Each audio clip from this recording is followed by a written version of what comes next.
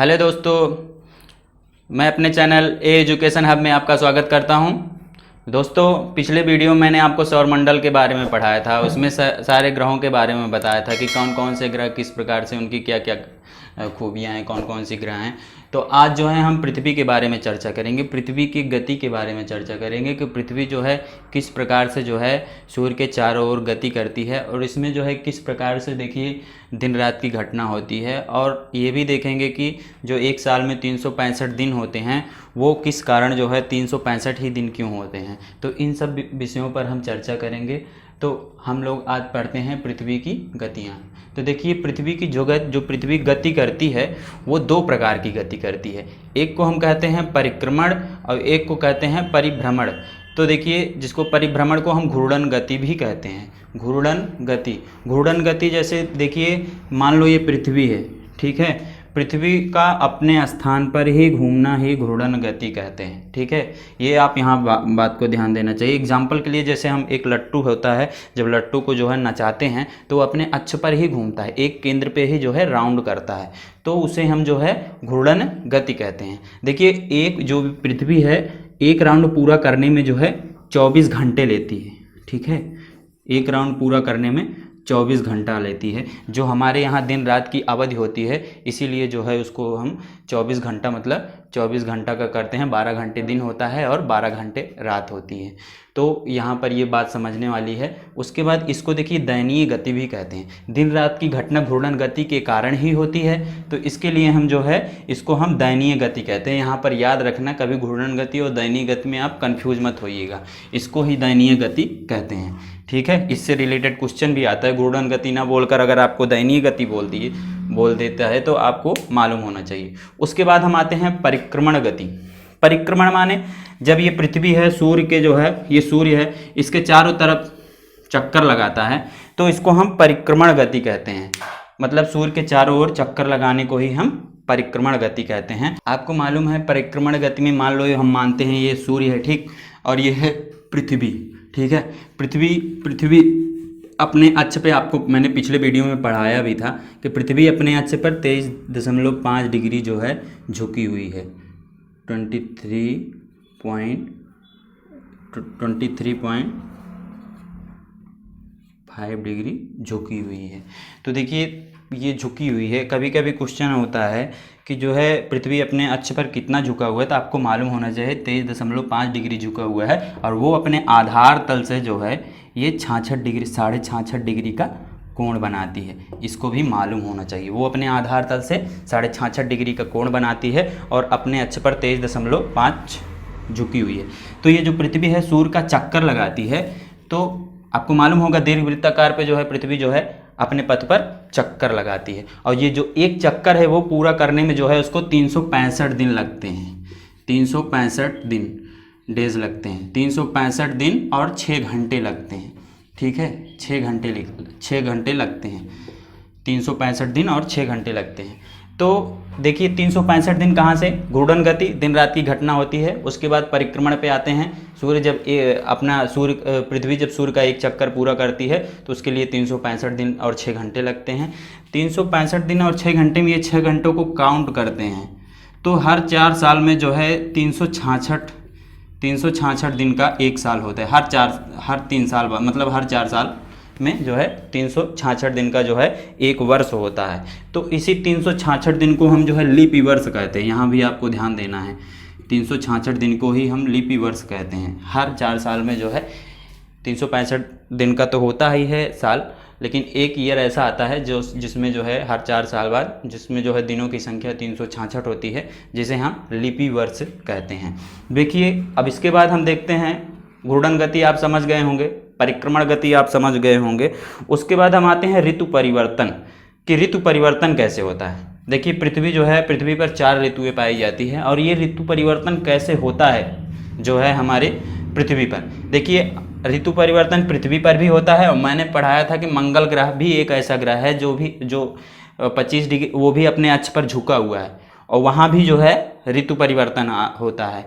तो पृथ्वी के बाद अगर कोई ऐसा ग्रह है जहाँ ऋतु परिवर्तन होता है तो वो मंगल ग्रह है।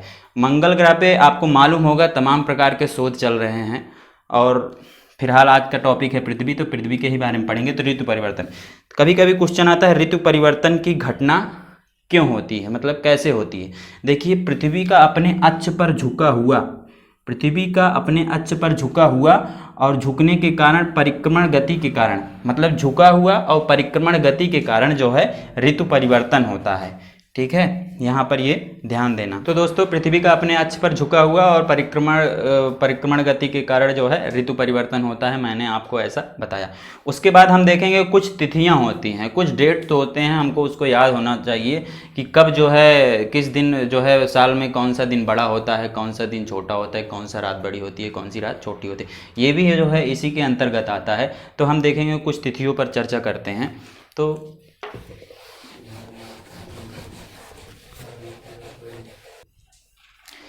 मान लीजिए ये सूर्य है, ठीक है, और ये है पृथ्वी। मैंने पिछले वीडियो में भी आपको बताया था इसके बारे में। पृथ्वी जो है, देखिए कभी कभी क्वेश्चन आता है पृथ्वी मतलब किस पथ पर जो है सूर्य की परिक्रमा करती है। आपको मालूम होना चाहिए पृथ्वी जो है वह दीर्घवृत्ताकार पथ पर जो है सूर्य की परिक्रमा करती है। ठीक है, दीर्घवृत्ताकार, या हम बोल सकते हैं इसको सामान्य भाषा में परवलयाकार पथ पर चर्चा करती है। परवलयाकार, ठीक है। तो देखिए, एक समय ऐसा आता है सूर्य की दूरी जो है, पृथ्वी की दूरी जो है सूर्य से बहुत नज़दीक हो जाती है, और एक समय ऐसा आता है जो जिस पृथ्वी ऐसे ऐसे चक्कर लगाता है तो ये बहुत दूर हो जाता है पृथ्वी जो है सूर्य से। देखिए, इस घटना को हमने आपको बताया भी था, एक बार फिर से जान लीजिए। इस घटना को कहते हैं उपसौर। उपसौर मतलब जब दूरी कम हो, और ठीक है, जब इसके बाद राउंड करता है तो जब काफ़ी दूरी पर स्थित हो जाता है जो है पृथ्वी सूर्य से, तो इस घटना को हम अपसौर कहते हैं। अपसौर कहते हैं, ठीक है, अपसौर कहते हैं। तो ये जो उपसौर की घटना है, आपको मालूम होना चाहिए 3 जनवरी को जो है ये उपसौर की घटना होती है, और ये जो घटना है ये 4 जुलाई को होती है। 4 जुलाई को ये घटना होती है। 4 जुलाई ऐसा दिन होता है जब पृथ्वी जो है सूर्य से काफ़ी दूरी पर होता है, और 3 जनवरी ऐसा दिन होता है जिसमें जो है पृथ्वी जो है सूर्य से काफ़ी नज़दीक होती है।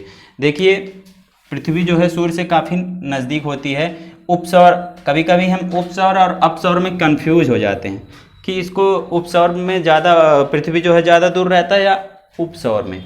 तो इसको देखिए सरल तरीके से हमने आपको बताया था कि उप माने होता है छोटा, ठीक है। तो इस तरीके से आप जान सकते हैं उपसौर की घटना छोटा मतलब पृथ्वी की दूरी कम होगी।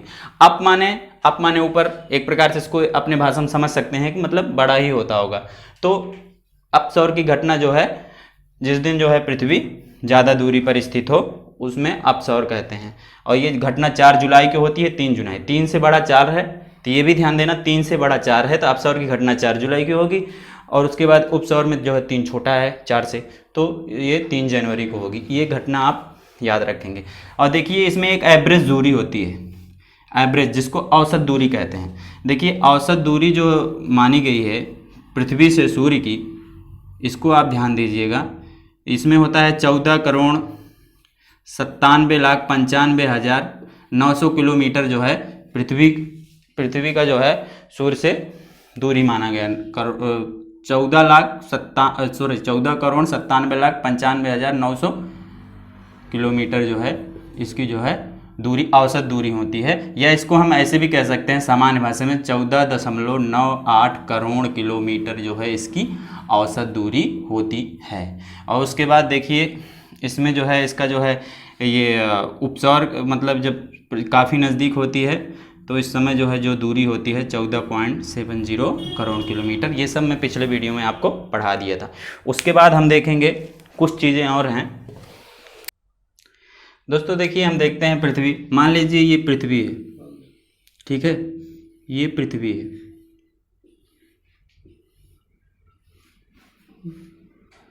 ये पृथ्वी है, ये जो है 0 डिग्री है। 0 डिग्री को ही हम कहते हैं, आपको मालूम होना चाहिए, अगर नहीं होगा देखिए हम इसके बारे में विषुवत रेखा, भूमध्य रेखा और जो है उत्तरी गोलार्ध, इन सब के बारे में जो है हम आपको एक वीडियो अलग से प्रोवाइड करेंगे, उसमें बताएंगे। लेकिन फिलहाल अभी के लिए ये जानिए, ये है विषुवत रेखा, विषुवत रेखा, ठीक है, विषुवत रेखा। तो देखिए विषुवत रेखा, तो ये मान लीजिए सूर्य है, ठीक है, सूर्य है। यहाँ से जब जब देखिए विषुवत रेखा, और इसको हम उत्तरी गोलार्ध कहेंगे, उत्तरी गोलार्ध, और इसको बोलेंगे दक्षिणी गोलार्ध,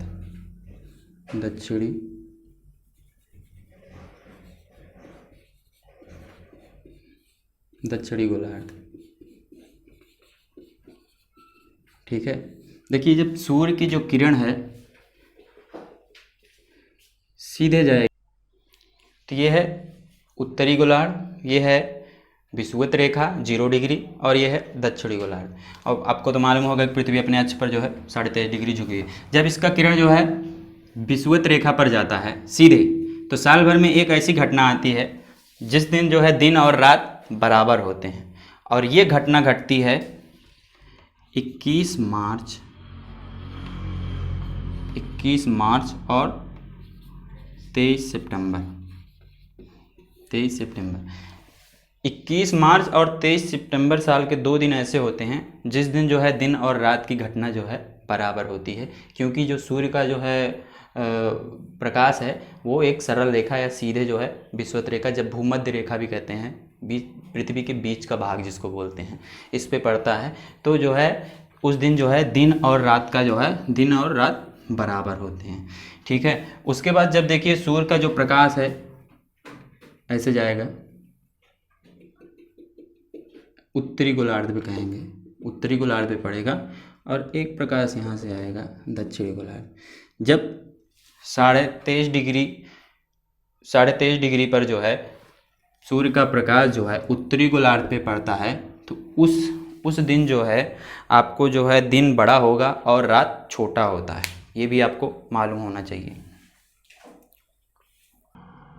तो दोस्तों मैंने आपको बताया जब सूर्य की किरणें जो हैं लंबवत जो है कर्क रेखा पर पड़ती है। देखिए ये कर्क रेखा है, यहाँ जो है उत्तरी गोलार्ध में जो है कर्क रेखा होता है, और दक्षिणी गोलार्ध में जो है मकर रेखा होता है। इसको कर्क संक्रांति भी बोलते हैं, इसको मकर संक्रांति भी बोलते हैं।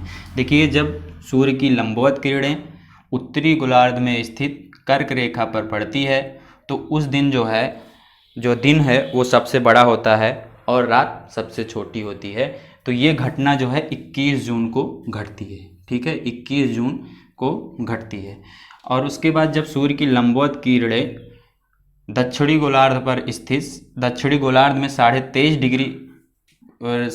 डिग्री पर स्थित मकर रेखा पर पड़ती है, तो उस दिन की घटना जो है दिन बड़ा होता है और रात छोटा होता है। आप लोग सोच रहे होंगे कि इस दिन भी दिन बड़ा होता है, इस दिन भी रात छोटा होता है। देखिए ये विषुवत रेखा है, कुछ देश जो है इधर हैं और कुछ देश जो है कुछ जो है इसके बारे में पढ़ाऊंगा उधर है। ठीक है, तो उत्तरी गोलार्ध में जो है घटना जो है कर्क रेखा पर जब बढ़ती है उस दिन भी जो है 21 जून है जो है वो सबसे बड़ा दिन होता है। और जब दक्षिणी गोलार्ध पर स्थित जो है मकर रेखा पर सूर्य की लंबवत किरणें पड़ती हैं, तो उस दिन की घटना भी जो है दिन जो है बड़ा होता है। 22 दिसंबर ये एक ऐसा दिन है जो बड़ा होता है। आपको मालूम होगा कि जो है मालूम नहीं होगा कि भारत, अभी इसके बारे में भी हम आप अगले वीडियो में पढ़ाऊंगा कि भारत जो है दक्षिणी गोलार्ध में स्थित है, इस बारे में भी पढ़ाऊंगा।